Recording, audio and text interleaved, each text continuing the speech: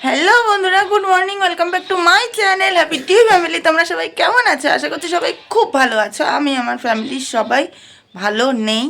আমি পাপিয়া চলে আসলাম তোমাদের সামনে নতুন সকালে নতুন করে একটা নতুন মিষ্টি ব্লগ ভিডিও নিয়ে। জানি না ভিডিওটা কতটা মিষ্টি হতে চলেছে ব্লগটা। আর আমার ফ্যামিলির সবাই ভালো নেই কারণটা বলার, এই যে এখন ওয়েদার চেঞ্জ হচ্ছে, ওয়েদার চেঞ্জে সবার শরীর খারাপ, প্রত্যেকটা মানুষের শরীর খারাপ, কেউ ভালো নেই। আমার আগের দিন তো বললাম যে মাথাটা টিপটিপ করছে, গলা টলা ব্যথা বসে গেছে। আর কালকে মেয়ের এতটাই শরীর খারাপ হয়েছিল, মেয়ে শুয়ে রয়েছে, এতটাই শরীর খারাপ ছিল যে সারা রাত্রির মেয়েটা আমার ঘুমাতে পারিনি, নাকটা আটকে গেছে, নাকটা ঝাঁঝাচ্ছিল। সারা রাত ওর বসে বসে মাথায় হাত বুলিয়ে দিয়েছি, মাথা টিপে দিয়েছি। মানে এই ওয়েদার চেঞ্জ না হওয়া অবধি, পুরোপুরি গরম না পড়া অবধি মানুষের শরীর খারাপ আর কাটবে না। তো যাই হোক, চলো বন্ধুরা, বরমাসাই চাটা খেয়ে নিয়ে চলে গেছে কাজে।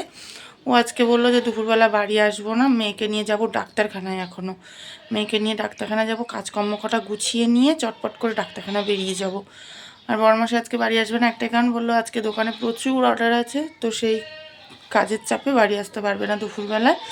তো রান্নাবান্নারও সেরকম প্রেশার নেই, তো সেই কারণে মেয়েকে যত তাড়াতাড়ি পারবো ডাক্তারখানায় নিয়ে চলে যাব। ডাক্তারকে ফোন করে আগে দেখতে হবে যে ডাক্তার আজকে বসবে কি না, আর কটা থেকে বসবে, তো তারপরে। তো যাই হোক, চলো বন্ধুরা, সাথে থাকো, তোমাদের সাথে গপ্পসপ্প করি আর কাজ করতে থাকি। কেননা যেহেতু এখন বাজে তোমার 8:30 বেজে গেছে, এখনও আশিপাশি কাজ হয়েছে, একটু একটু, সেরকম একটা কিছুই হয়নি। তো চলো সাথে থাকো। এই কাজ কাজ করে সকালবেলাটা মাথা খারাপ হয়ে যাওয়ার মতন অবস্থা। আর যদি তার মধ্যে ঘুম থেকে উঠতে হয় বেলা, ব্যাস হয়ে গেল 2-2 4। কি করব বলো, আজকে ঘুম থেকে উঠতে বেশ ভালোই দেরি হয়ে গেছে। তাই আর কিছুই যেন কাজের আর হাতা মুন্ডু পাচ্ছি না। হাতা মুন্ডু না পেলেও কিছু করার নেই, হাতা আর মুন্ডুটাকে এক করতেই হবে। ঘরের প্রত্যেকটা বউয়েরই যতই বেলা হোক, যত যাই হোক, কাজ গুছিয়ে কমপ্লিট করে যতই বেলা হোক, নিজেকে দশভুজি বুঝা করে তুলতেই হবে। তো যাই হোক, এদিকে তোমাদের সাথে গল্প করতে করতে প্রায় আমার ঘর দুয়ারটা ঝাঁটানো কমপ্লিট হয়ে গেল। ওই দিকের ঘর বাড়ি ঝেঁটিয়ে নিয়ে এইদিকের ঘর বাড়ি ঝেঁটিয়ে নিয়ে একদম সিঁড়ি টিড়ি ঝাঁটানো কমপ্লিট হয়ে গেল বন্ধুরা। যতক্ষণ না সকালবেলায় আশিবাসি কাজগুলো হচ্ছে ততক্ষণ যেন মনে একটা শান্তি পাই না। আর রোদ দেখেছো কতখানি রোদ উঠে গেছে, আর এখানে মেয়ে আমার ঘুমিয়েই রয়েছে। মেয়েকে বলছি ওট ওট ওট ওট, কে শোনে কার কথা। আর এদিকে তারপরে মেয়েকে তাড়াহুড়া করে তুলে দিয়ে নিয়ে তারপরে চলে আসলাম আমি গোয়ালে। এদিকে গোয়ালটা ঝাঁটিয়ে নিচ্ছি। গোবরটা আমি সকালবেলায় কুড়িয়ে নিয়েছিলাম যাতে করে গরুটা একটু শুতে টুতে পারে, অসুবিধা না হয়। তো সেই কারণে গোবরটা সকালবেলা ঝেঁটিয়ে নিয়ে এখন গোয়ালটা ঝাঁটিয়ে নিচ্ছি। গোয়াল ঝাঁটানোটা অনেকদিন তোমাদের সাথে শেয়ার করি না, আর গোয়ালটা অনেক কদিন বেশ পরিষ্কার করাও হয় না। কি করবো বলো, গোয়াল পরিষ্কার আমি তো করি না, আমার বড় যা করছিল ওই কদিন, তার জন্য তোমাদের সাথে শেয়ার করা হচ্ছিল না। তারপরে গোয়ালটা করে নিয়ে একদম সোজা চলে এসেছি ছাদে গোবর ঘেঁটতে। কি বলবো, শীতকালে এটা যে কি সুন্দর একটা কাজ, আমি এই কাজটা করতে আগেও বলেছি তোমাদেরকে, আমি খুব ভালোবাসি শীতকালে বিশেষ করে।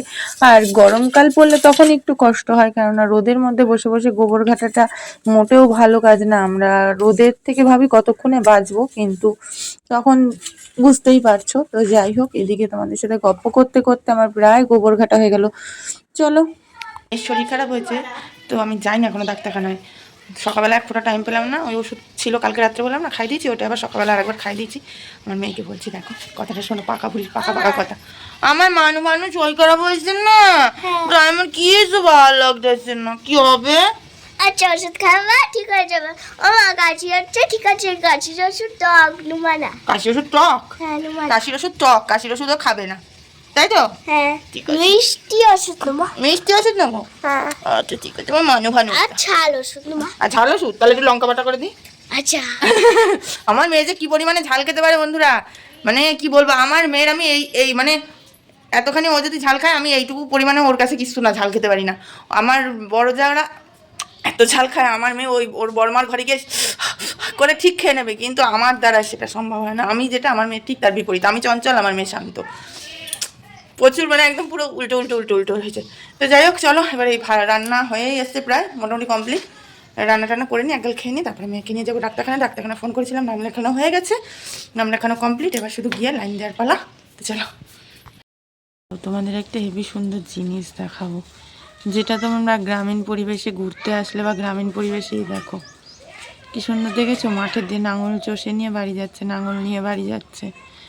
এই দৃশ্যগুলো যখন দেখি এগুলো যখন দেখি না এত ভালো লাগে, মনে হয় আমার সত্যি খুব সুন্দর একটা জায়গায় বিয়ে হয়েছে, এরকমই মনে হয়। কেননা এই সমস্ত যে মানে নাঙল চষছে বা নাঙল নিয়ে বাড়ি যাচ্ছে, এত সুন্দর যে মানে এগুলো কিন্তু এমনি এমনি দেখা যায় না। এগুলো একমাত্র যাদের গ্রামে বাড়ি বা গ্রামে ঘুরতে টুরতে গেছে তারাই দেখতে পাবে, এছাড়া দেখতে পাবে না। আমি তো কখনো আমার বিয়ের আগে দেখিনি এগুলো, আমি এখানে এসে আমার শ্বশুরবাড়ি এসে আমি এগুলো দেখছি, আমার ভীষণ ভালো লাগছে। এবার এখন 2:30 বেজেও গেছে, স্নান ধান করে এসে একটুখানি রোদে বসেছিলাম, বসে থেকে তো তোমাদের সাথে মনে হলো ওটা একটু শেয়ার করি, তো সেটাই শেয়ার করলাম। আর তাই ক্যামেরা অন করে তো আমিও চলে আসলাম। তো এবার ভাত টাত খাবো, খেয়ে নিয়ে আস্তে আস্তে টুকটুক করে রেডি হবো, রেডি হয়ে বেরোবো। মেয়ে এখন ওর বরমার সঙ্গে গল্প করছে, মেয়েকে ডাকবো, মা মেয়ে দুজন মিলে পেট ভরে খেয়ে নিয়ে বেরিয়ে পড়বো ডাক্তার দেখাতে। বড়মশাই ফোন করে বলছে যে সকালবেলা যে ডাক্তারটা বসেছিল ওনার কাছে নিয়ে গেছিলাম, সকালবেলা নিয়ে যাওয়ার কথা ছিল, সকালবেলা নিয়ে যায়নি। আমি বলছি না, সকালে নিয়ে যায়নি, কাজবাজ করে টাইম পাইনি। তো বড়মাসি একটু বকুনি দিল, বলছে যে সকালবেলা নিয়ে গেলে ভালো হতো না, যেহেতু কালকে রাত্রে নিঃশ্বাস নিতে কষ্ট পাচ্ছিল। বড়মাসি জানে না যে নাকে ড্রপ ছিল, সর্দির ওষুধ ছিল, ওগুলো জানে না। তো আমি বললাম যে ওষুধ খাইয়েছি বলে, তাও সকালবেলা নিয়ে গেলে কারেন্ট ওষুধটা মানে খেতে পারতে, এতক্ষণে 2 ডোজ পড়লে তাও। তো যাই হোক, চলো ভাত টাত খেয়ে নিয়ে তাড়াতাড়ি করে বেরিয়ে পড়ি। ডাক্তার বসবে 4টে থেকে, ডাক্তার বসবে 3:30টার মধ্যে বাড়িতে বেরোতে পারলে হয়। চলো। বেলা গড়িয়ে দুপুর তো হতে চললো, তো পেটে একটা খিদে তো আছেই বলো বন্ধুরা। তো সেই কারণে এই যে ভাত বেড়ে নিলাম, আজকে যেহেতু বড়মাসাই বাড়ি আসবে না, মা আমি দুজন মিলে ভাত বেড়ে খেয়ে নিই। খুব মিস করছি, কি করব বলো, দুপুরবেলাটা যেহেতু একসাথে খাওয়ার চেষ্টা করি দুজনা। এই যে এইদিকে মাছের ঝোল করছি সিম দিয়ে আলু দিয়ে। হয়ে গেছি রেডি, পরেছি এই কুর্তিটা, আর এই যে এই কুর্তিটাই পরে যাচ্ছি। তো এবার 3:30 বেজে গেছে, টুকটুক করতে করতে গুটি গুটি পায়ে অটো স্ট্যান্ডে যায়। তো চলো আমার সাথে তোমরাও যায়, তো তোমাদেরকেও নিয়ে যাই গুটি গুটি পায়ে। এখন এখান থেকে যাবো আগে স্টেশনে গিয়ে দিদির সাথে দেখা করে তারপরে ডাক্তারের বাড়ি আসবো। স্টেশনের পাশেই ডাক্তারের চেম্বার, কোনো সমস্যা নেই, কিন্তু আগে দিদির সাথে দেখা করবো। দিদিকেও খবর দিয়েছি ও আসছে, একটু দরকার আছে, কি দরকার সবটাই বলবো, সবটাই দেখতে পাবা তোমরা, অবশ্যই অতি অবশ্যই দেখতে পাবা, শেয়ার করবো, সবটাই বলবো, কিন্তু তার জন্য সাথে থাকতে হবে। তো চলো 3:30 বেজে গেছে, বেরিয়ে পড়ি, 4টে থেকে ডাক্তার বসবে। দেখো গুটি গুটি পায়ে অটো স্ট্যান্ডে হেঁটে আয়ে, এই যে চলে এসেছি গুটি গুটি পায়ে অটো স্ট্যান্ডে হেঁটে। চলো এবার অটোর উপর উঠে বসে পড়া যাক। এইদিকে এই দেখো অটোর মধ্যে ঢুকেও বসেও পড়েছি, মা মেয়ে দুজন মিলে অপেক্ষা করছিলাম আর অটোটা কখন ছাড়বে। তো চলো স্টেশনে চলে যাই এবার সোজা। চলে এসেছি স্টেশনে।